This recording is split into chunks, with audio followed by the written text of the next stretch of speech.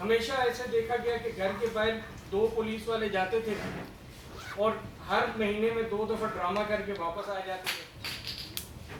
آج وہ لوگ، وہ اور اس کا خاندان ہمارے ایجنسیوں پہ اور ہماری فوج پہ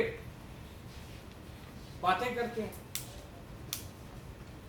میں تو سمجھتا ہوں کہ بندہ جہاں پہ کھاتا ہے اس کی آنکھ وہاں پہ شرماتی ہے. اپوزیشن لیڈر صاحب، اس فوج نے آپ کو آج اس قابل کیا کہ آپ آج ایوانوں میں بیٹھے. آج اسٹیبلشمنٹ کے بلبوتے پہ آپ الیکشنز ریگ کر کے آتے رہے ہیں. آج آپ ان کو ہی گالیاں دے رہے ہیں، آج آپ ان کو ہی برا بھلا کہہ رہے ہیں. پاکستان اب ان چیزوں کا متحمل نہیں ہے کہ ہم لڑائیاں کریں. پاکستان کو اس وقت یکجہتی کی ضرورت ہے. پاکستان کو آگے بڑھنا ہے اور اس آگے بڑھنے کے لیے ہمیں مل کے اس ملک کی خدمت کرنی ہو. وہ والی خدمت نہیں جو آج کل وہاں پہ آپ کو نظر آ رہا ہے. ایک وزیر کہہ رہا ہے دوسرے وزیر کو کہ اس نے اتنے اربوں کی کرپشن کر لی، اور دوسرا دوسرے کو کہہ رہا ہے کہ اس نے اتنے کھرب کھا لی. وہ والی خدمت نہیں چاہیے پاکستان. پاکستان کو وہ خدمت چاہیے جس میں اس ملک میں موٹر ویز بنے، اس ملک میں تعلیمی انقلاب آئے.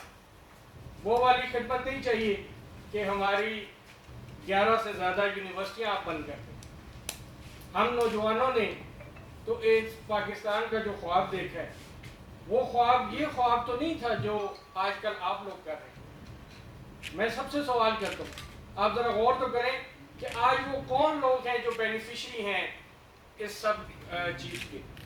وہ کون لوگ ہیں جو اپنے اقتدار کے مزے لے رہے ہیں. میں تو پھر یہی بات کروں گا کہ عمر ایوب صاحب نے جتنی میرے پہ الزامات لگائے لاسٹ پریس کانفرنس کے بعد، میں نے ان کو لیگل نوٹس بھیج دی ہے کہ وہ ثابت کریں کہ جو انہوں نے میرے خاندان کے بارے میں باتیں کی، جو انہوں نے میری ذات کے بارے میں باتیں کی، میں نے جو باتیں کی، میں تو فیکٹس اور ایک ایک ڈاکومنٹس آپ کو پرووائڈ کیا. آج بھی میرے پاس وہ لوگ موجود ہیں جو اس گینگ کے ڈسے ہوئے ہیں.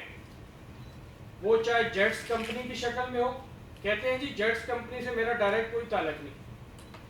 میں نے یہ نہیں کہا کہ آپ اس کے ڈائریکٹر ہیں. میں نے یہ کہا کہ آپ کے فرنٹ میں جن کے ذریعے آپ کالا دھن سفید کرنے میں لگے ہوئے تھے، وہ لوگ جو آپ کی لاکھوں ڈالر لے کے میٹنگیں ارینج کرتے تھے.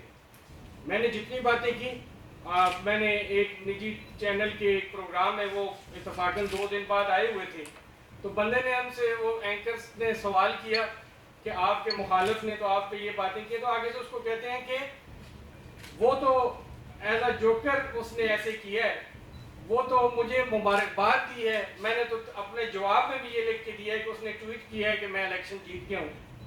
بابا میں نے ٹویٹ سے انکار کر دیتا تو تم مجھے زبردستی یہ نہیں کہہ سکتے تھے کہ یہ میں نہیں کی ہے. میں نے مانا کہ وہ میں نے ٹویٹ کیا تھا، لیکن میں نے وہ ٹویٹ صرف اور صرف ٹی وی کی سکرین کو دیکھ کے، میرے پاس رزلٹ نہیں آئے تھے، میں نے صرف اس کو دیکھ کے وہ کیا تھا. لیکن جب سگنلز آئے، جب چیزیں کلیئر ہوئی، تو پتہ چلا جی کہ یہاں پہ تو دھاندلی نہیں، بہت بڑا دھاندلا ہوا ہے. آپ نے تو الیکشن چوری کی ہے.